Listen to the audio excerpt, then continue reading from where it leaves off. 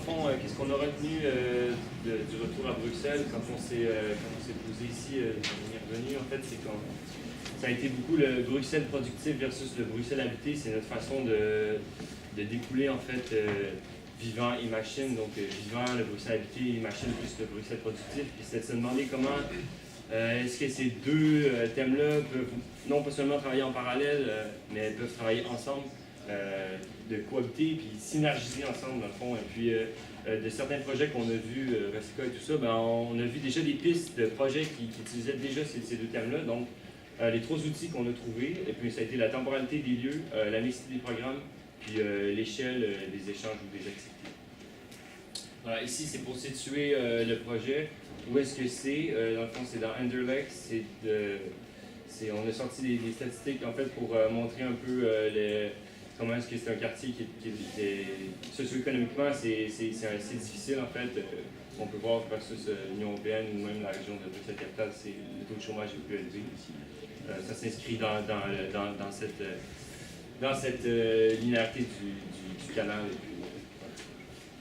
Pour le plan canal, on a étudié un petit peu le plan et on s'est rendu compte que notre site de projet n'était pas pris en compte et que du coup, en gros, notre intervention serait de venir en complément de ce plan canal et un peu dans la lignée, c'est-à-dire de retrouver un rapport au canal et travailler la jonction entre les quartiers qui sont derrière et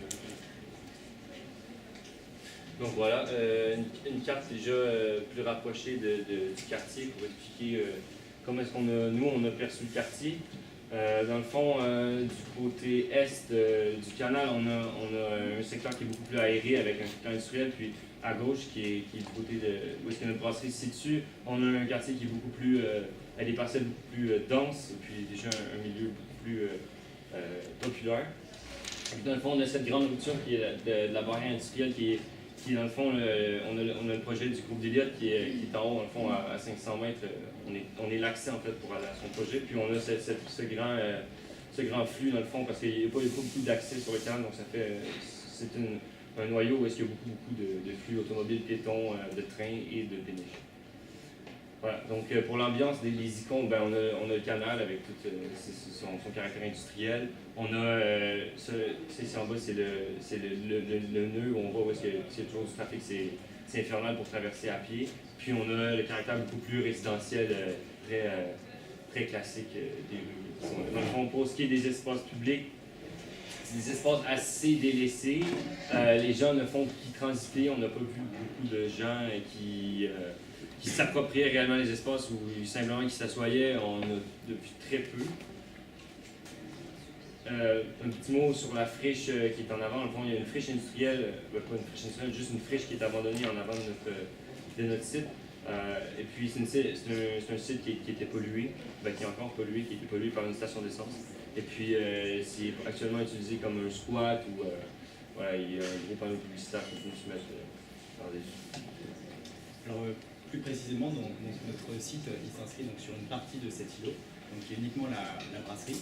Et on peut voir, donc, il y a beaucoup de cœurs d'îlot, mais le cœur de cet îlot-là forme vraiment une place qui relie les différents éléments qui composaient en fait, cette brasserie.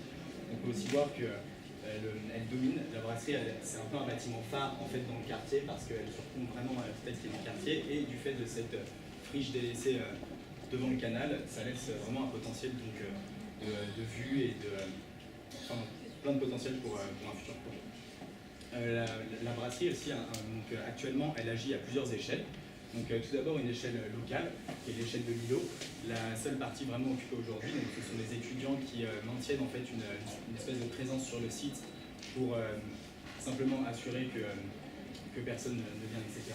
Mais ça agit aussi à l'échelle du quartier, c'est-à-dire qu'exceptionnellement, de temps en temps, ils organisent quelques petites expositions donc, sous un préau. Il y a aussi une échelle donc, un peu plus importante qui est l'échelle mondiale, donc les locaux. Les anciens locaux de la brasserie donc, sont utilisés pour faire du stockage et de l'export vers Haïti, donc une dimension assez internationale. Et pour finir, donc, une ancienne dimension à l'échelle de la Belgique qui était donc, cette brasserie restée en activité pendant près de 50 ans et qui exportait partout en Belgique.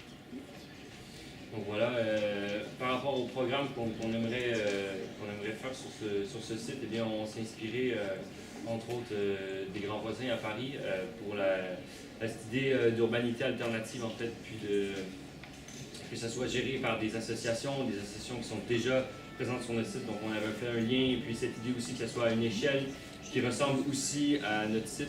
Donc on avait des liens à faire, et puis c'est un sujet qui se développe de plus en plus, qui nous intéresse. Donc on est allé voir ce référent-là.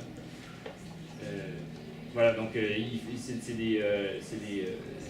un site qui accueille plein d'activités, entre autres du logement pour du soin ou des activités interculturelles, des activités de cuisine, donc voilà. Pour revenir plus concrètement sur notre projet, on a un site qui est un peu comme le projet Grand Voisin, avec des bâtiments, enfin, un passé ici industriel, donc avec des vestiges de bâtiments qui avaient leur fonction à l'époque. Ici c'était plutôt les logements, ici c'était l'activité productive et du stockage. Donc ça laisse vraiment, donc ça c'est le but de la brasserie, pas très dit, mais en fait ça laissait vraiment des espaces très très intéressants, avec notamment les cuves qui passaient et qui donc sont un peu on va dire ce qui reste, le reste de l'activité industrielle. Et notre programme, nos interventions viendra en complémentarité, c'est-à-dire plutôt réutiliser ce qui est déjà présent, parce que ce site a beaucoup de qualité et des bâtiments bien différents, et donc de réutiliser potentiellement aussi les trous pour les cuves. Donc notre maquette, on a décidé de représenter en fait cette variété de bâtiments donc, par différents matériaux, et on a utilisé donc, des bouteilles de bière pour un petit peu symboliser le passé de la brasserie, même si l'activité qu'on voudrait y remettre, l'activité productive qu'on voudrait y remettre n'aurait pas forcément un lien avec. Mais l'idée donc était vraiment de montrer même ce rapprochement au cœur de l'îlot de ces différents bâtiments. Pour ce qui est du programme, dans le fond, on revient toujours à cette idée de concept global entre avoir un programme qui serait productif, un programme qui serait vraiment habité, puis la majorité du programme se situerait dans le milieu, dans le fond, dans une hybridation. L'idée, ce serait également de réutiliser les systèmes qui sont déjà sur place. L'usine faisait de la récupération de pluie, d'eau de pluie. Et nous, notre programme, dans le programme, on a imaginé un système d'aquaponie et de pisciculture qui réutiliserait la pluie qui arrive depuis le toit. Et ça permettrait de créer un petit écosystème qui finalement permettrait de nourrir le restaurant. Et un programme un peu fou parce que on a des espaces assez libres. Donc voilà, au niveau des blocs principaux, c'est une ébauche, mais c'est de dire que voilà, les habitations, que ce soit sociales ou que ce soit de soins, mais ça serait plus approprié dans la section habitation.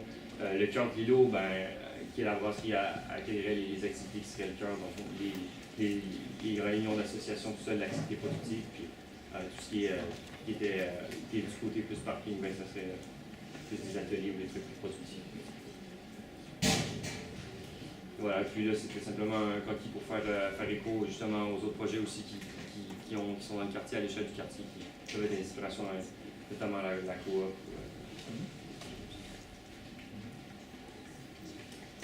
Merci.